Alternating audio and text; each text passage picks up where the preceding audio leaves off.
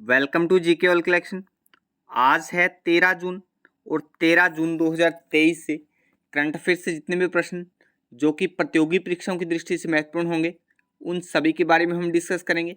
साथ ही प्रश्नों से संबंधित महत्वपूर्ण फैक्ट की भी चर्चा करेंगे। आज की क्लास की प्रैक्टिस टेस्ट पीडीएफ और आंसर की पीडीएफ आपको वीडियो के डिस्क्रिप्शन में मिल जाएगी। पीडीएफ आपको हमारे टेलीग्राम ग्रुप में मिल जाएगी। टेलीग्राम ग्रुप का लिंक मैंने डिस्क्रिप्शन में दे दिया है, वहाँ पर आपको सभी पीडीएफ एक साथ मिल जाएंगी। वीडियो को अंत तक देखें। वीडियो के अंत में सामान्य विज्ञान का एक क्वेश्चन मैं आपसे पूछूंगा जिसका आंसर आपको कमेंट बॉक्स में देना है। डेली करंट अफेयर्स वीडियो देखने के लिए जीके ऑल कलेक्शन को सब्सक्राइब करें। तो चलिए शुरू करते हैं।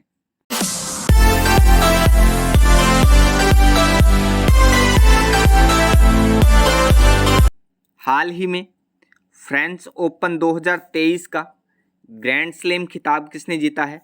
तो अभी नोवाक जोकोविच ने फ्रेंच ओपन 2023 का ग्रैंड स्लैम खिताब जीता है। सी ऑप्शन सही हो जाएगा। चलिए इसके बारे में और जान लेते हैं। नोवाक जोकोविच ने फ्रेंच ओपन फाइनल में कैस्पर रूड पर जीत के साथ अपना पुरुष रिकॉर्ड 23वां ग्रैंड स्लैम खिताब जीता है। तो इस प्रश्न से इतनी जानकारी आप ध्यान में रखिए। नेक्स्ट है, हाल ही में CM learn and earn scheme किस राज्य ने शुरू की है? तो अभी मध्य प्रदेश ने CM learn and earn scheme शुरू की है। ए ऑप्शन इसका सही हो जाएगा। चलिए स्कीम के बारे में और जान लेते हैं।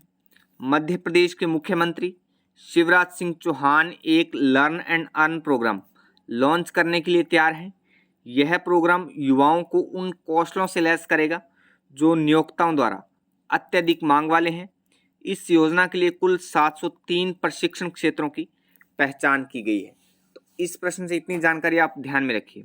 अच्छा, इसमें हमने विशेष रूप से मध्य प्रदेश की बात की है। तो भारत के मानचित्र में बिल्कुल मध्य में यहाँ पर आप मध्य प्रदेश की स्थिति देख पा रहे हैं। मध्य प्रदेश का गठन 1 नवंबर 1956 को हुआ। राजधानी भोपाल है।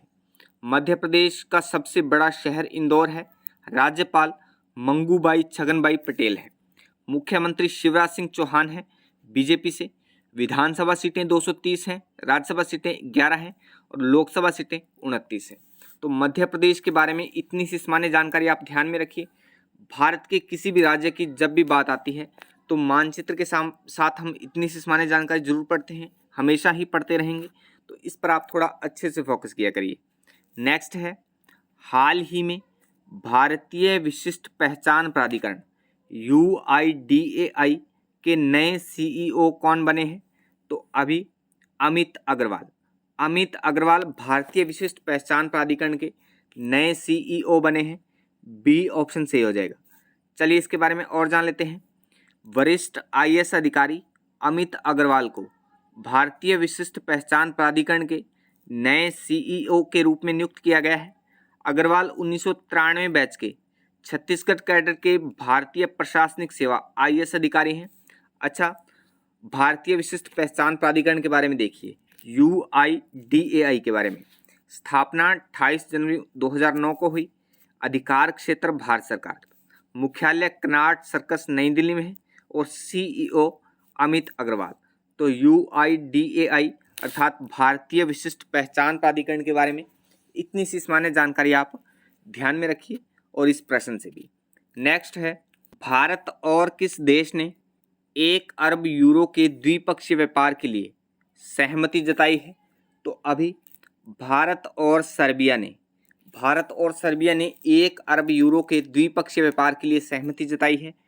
ए ऑप्शन इसका सही हो जाएगा। चलिए इसके बारे में और जान लेते हैं।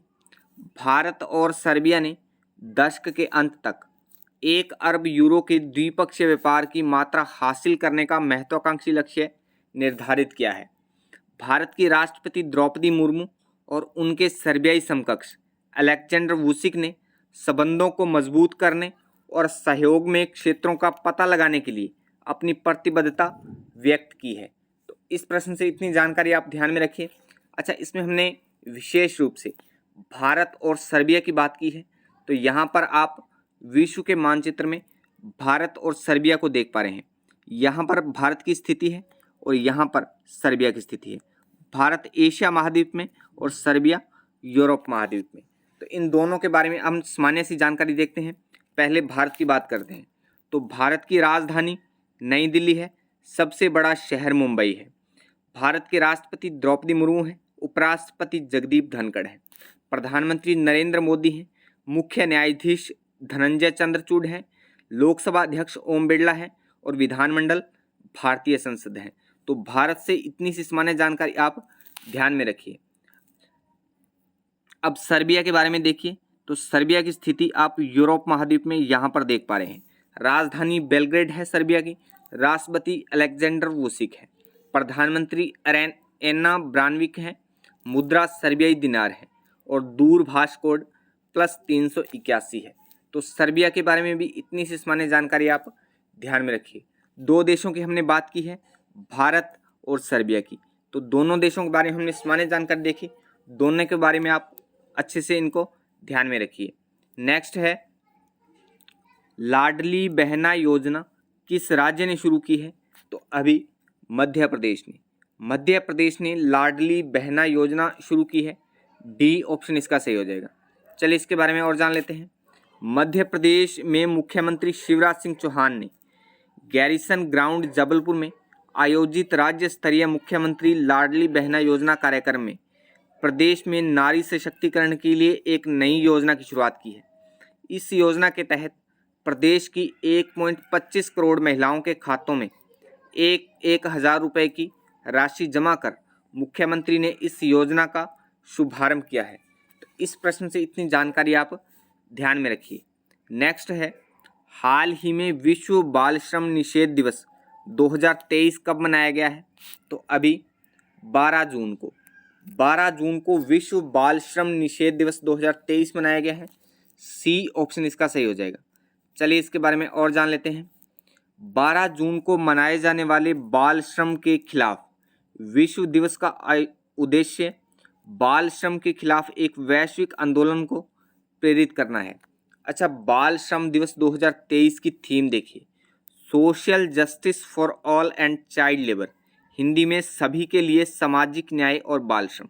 तो थीम महत्वपूर्ण है, इसको आप थोड़ा अच्छे से फोकस करें, अच्छे से इस पर ध्यान में रखिए।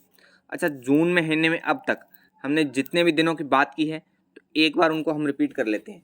1 जून को अंतर्राष्ट्रीय दुग्ध दिवस मनाया गया, फिर 1 जून को ही वैश्विक माता पिता दिवस मनाया गया, 2 जून को तेलंगाना दिवस मनाया गया, 3 जून को विश्व साइकिल दिवस मनाया गया, 4 जून को आक्रामकता के शिकार बच्चों का अंतर्राष्ट्रीय दिवस मनाया गया, 5 जून को विश्व पर्यावरण दिवस मनाया गया, 5 जून को ही अवैध मछली पकड़ने के खिलाफ अंतर्राष्ट्रीय दिवस मनाया गया, फिर 6 जून को रूसी भाषा दिवस मनाया गया, 7 जून को विश्व खाद्य सुरक्षा दिवस मनाया गया, 8 जून को विश्व महासागर दिवस मनाया गया, 9 जून को विश्व मान्यता दिवस मनाया गया, फिर 10 जून को विश्व नेत्रदान दिवस मनाया गया, 11 जून को national making life beautiful day मनाया गया और आज हमने बात की है विश्व बाल श्रम निषेध दिवस 12 जून को मनाया गया। तो अब तक हमने इतने दिनों की बात की है, उन सबको आज हमने रिपीट किया है। जैसे जैसे हम आगे दिनों को पढ़ते चलेंगे वैसे वैसे पीछे हम सभी दिनों को रिपीट करते चले जाएंगे। नेक्स्ट है हाल ही में भारतीय सेना ने स्वदेशी रूप से विकसित टेक्निकल लैंड रेडियो खरीदने के लिए किस राज्य की कंपनी के साथ समझौता किया है? तो अभी भारतीय सेना ने कर्नाटक राज्य की एक कंपनी के साथ समझौता किया है। सी ऑप्शन सही हो जाएगा। चलिए इसके बारे में और जान लेते हैं। यह विश्वसनीय और विफल सुरक्षित संचार के प्रावधान के लिए एक अत्याधुनिक उच्च बैंडविड्थ बैकहॉल रेडियो उपकरण है। यह लंबी दूरी की point two multi point high bandwidth संचार प्रदान करता है। तो इस प्रश्न से इतनी जानकारी आप ध्यान में रखिए। किस राज्य सरकार ने धान की बुवाई के लिए DSR तकनीक शुरू की है? तो अभी धान की बुआई के लिए पंजाब सरकार ने DSR तकनीक शुरू की है। ए ऑप्शन इसका सही हो जाएगा। चलिए इसके बारे में और जान लेते हैं। पंजाब सरकार ने इस खरीफ सीजन में धान की सीधी बिजाई वाली धान DSR पद्धति के तहत 5 लाख एकड़ में बुआई का लक्ष्य रखा है। DSR जिसे प्रसारण बीज तकनीक भी कहा जाता है, धान की बुआई की एक जल बचत विधि है। इस विधि में बीजों को सीधे खेतों में डाला जाता है। इस विधि से कुशल जल प्रबंधन प्रथाओं के तहत सिंचाई के पानी पर 12 से 35% तक की बचत होगी।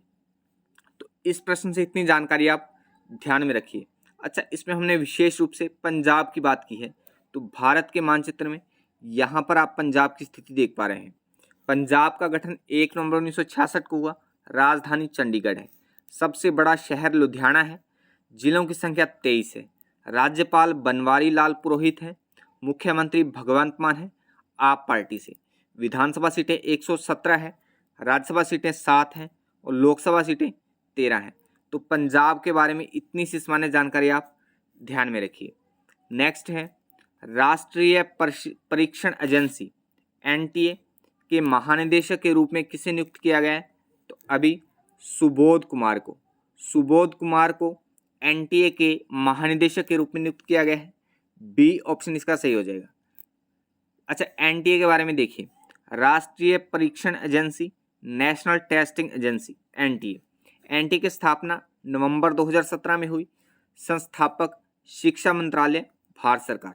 उद्देश्य देश भर में विभिन्न प्रवेश परीक्षाओं का संचालन करना और महानिदेशक सुबोध कुमार सिंह हैं। तो राष्ट्रीय परीक्षण एजेंसी एनटीए से इतनी सी सामान्य आप जानकारी आप ध्यान में रखिए। नेक्स्ट है हाल ही में किसने सामान्य श्वसन वायरस आरएसवी के लिए अपने पहले टीके को मंजूरी दी है? तो अभी यूरोपीय संघ ने आरएसवी के लिए अपने पहले टीके को मंजूरी दी है। सी ऑप्शन इसका सही हो जाएगा। चलिए इसके बारे में और जान लेते हैं। हाल ही में यूरोपीय नियामकों ने रिस्पेट्री सिंकिटियल वायरस आरएसवी के लिए क्षेत्र के पहले टीके को मंजूरी दी है। एरेक्सवी नाम का यह टीका शॉर्ट ब्रिटिश दवा निर्माता कंपनी जीएस के द्वारा बनाया गया है। इससे 60 और उससे अधिक उम्र के लोगों की सुरक्षा के लिए बनाया गया है। इस प्रश्न से भी इतनी जानकारी आप ध्यान में रखिए। अच्छा, कल की वीडियो का चैलेंज क्वेश्चन था इंसुलिन की खोज किसने की थी? तो इसका सही आंसर था option A, sir Frederick Bentinck ने इंसुलिन की खोज की थी।